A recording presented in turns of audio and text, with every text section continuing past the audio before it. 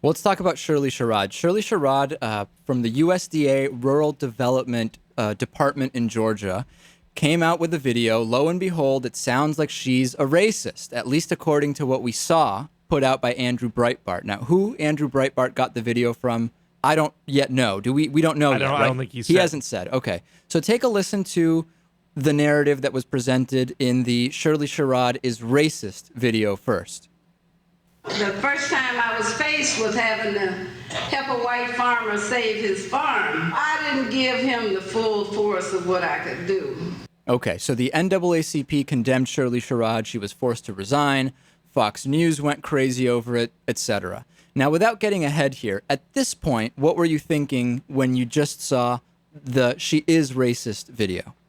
When I saw the video at first, if you keep running the clip, it cuts off in a weird spot. So your interest was piqued by how it was edited. I mean, 99.99% of the time, when an attack is launched from various places in the right-wing media, there's always a part of the story that they're leaving out. So I'm always, my antenna's always up.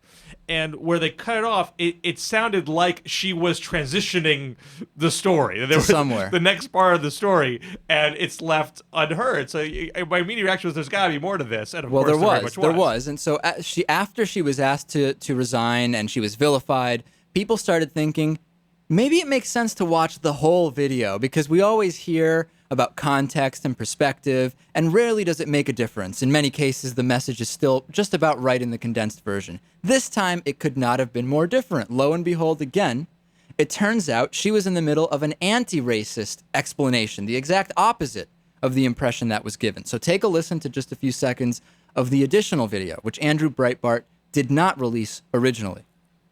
But I've come to realize that we have to work together. We have to overcome the divisions that we have. We have to get to the point where, as Toni Morrison said, race exists, but it doesn't matter. So Shirley did receive an apology. She did a media tour. She was offered a better job. Has she taken it? Do we know yet? I don't believe she has. She hasn't yet, right? She's still waiting. She's still sitting on it and deciding. Now, Breitbart has denied doing the editing, number one. He says he was given the video that he put out, and even he denied having access to the full interview.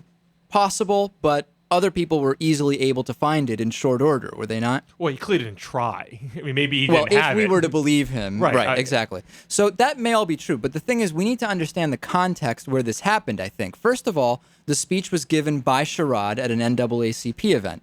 Breitbart has recently alleged that NAACP members condone racism, even though publicly they oppose it. So he claims to know their true thoughts, even though they are, according to him, the opposite of their public thoughts. And he even said directly he wants to be known for taking down the institutional left, of which he considers the NAACP to be a part. Take a listen.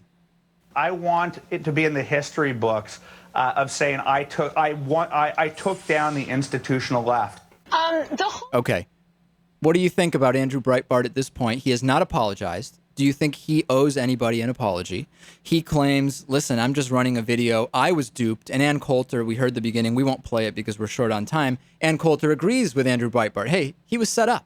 What do you think? I mean, Andrew Breitbart owes America an apology, as is Ann Coulter, but obviously that's not forthcoming. But hopefully, we talk about this being a teachable moment.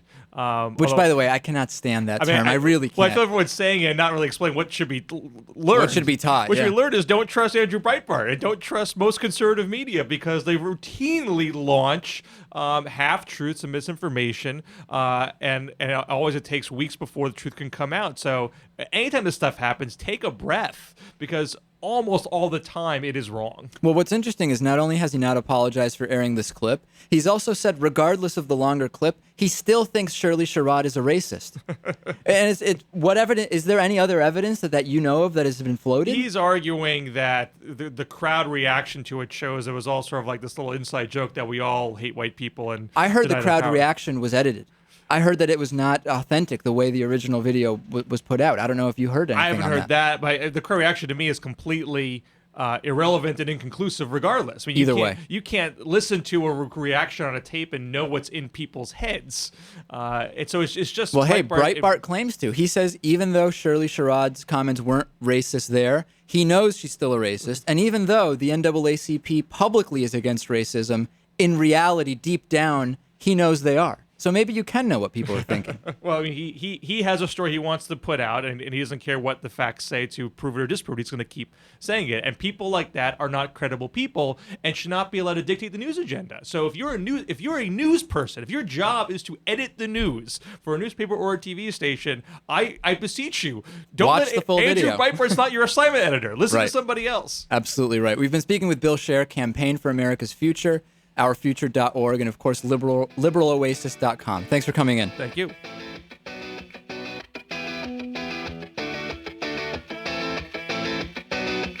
This is Midweek Politics with Dave Pakman.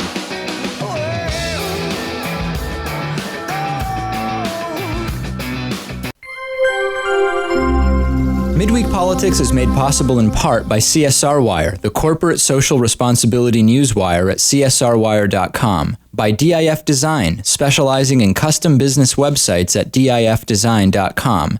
To find out more about underwriting Midweek Politics, visit midweekpolitics.com.